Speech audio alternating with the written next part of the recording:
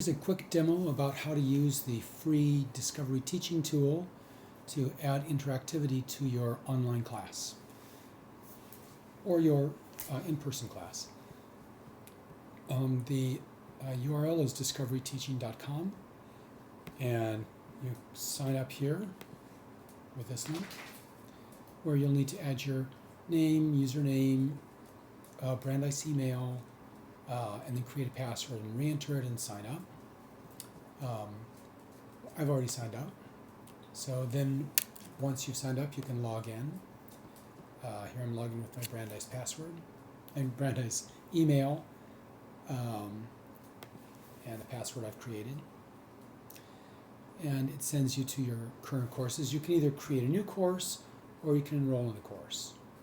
So let's say I'm going to create a new course here, and I'll call it, let's see, quickly moving your class online. That's the title, and it's COSI 000. So class start time. So this is for a real class. You do something like this, but say from noon to 1 o'clock.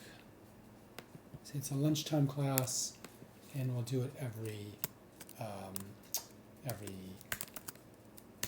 Wednesday. And I'll just say online.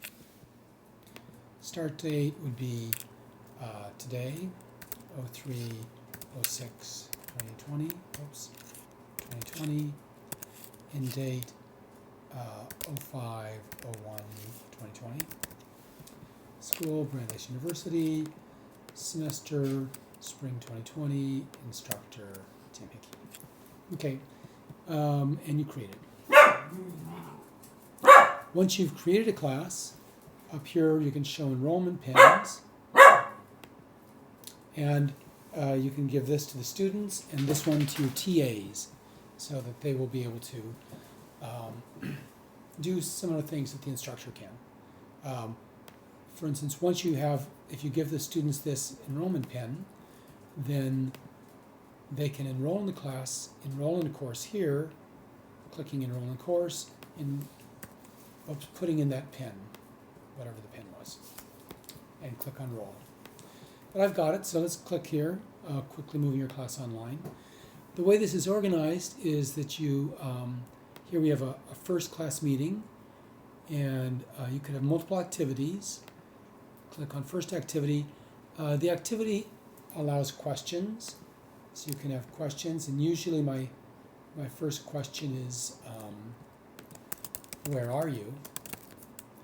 Because a lot of my students live stream, and you can do a variety of kinds of answers. So I'll do a multiple choice, and then I'll say in class, at home, on the road, or sick. It'll also have another option, show responses to students, boom.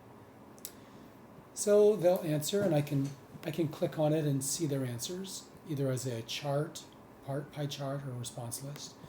I can also ask on the forum, they can ask questions, or I can ask a question. So I can say, how is Echo 360, as a question. And they will answer. As they answer, I'll be able to look at it.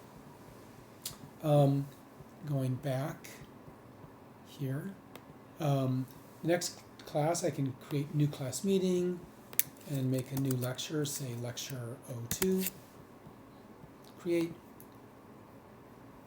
And when I go back here, I've gotten first class meeting, lecture 02, and so on. Lecture 02 is the same thing. I can have multiple activities. I have just one here.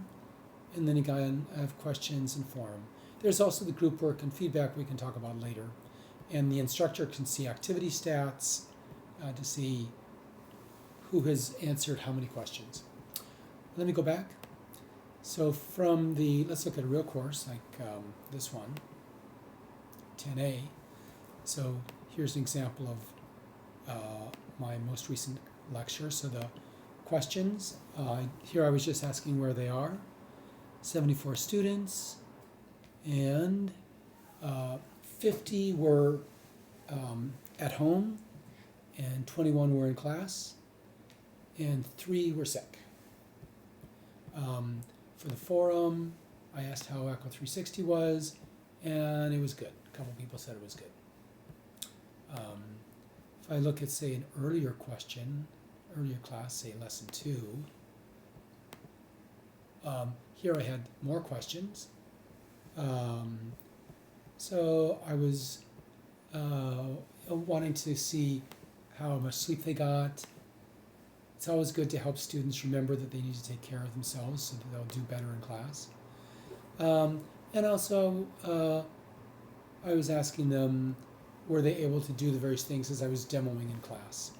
And this helped me understand where people were. In this case, almost everybody was able to do it, so it was great.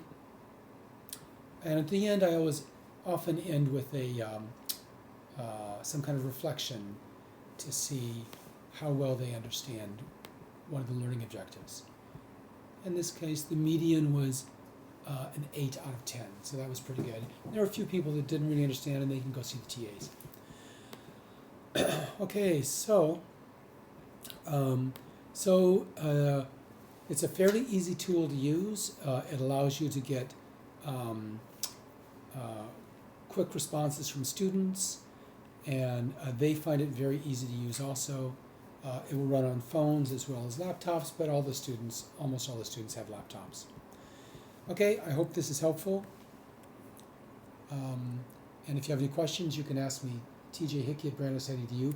Also, this was built by William Tarimo, who is a PhD in computer science from 2016 from Brandeis, currently at Connecticut College.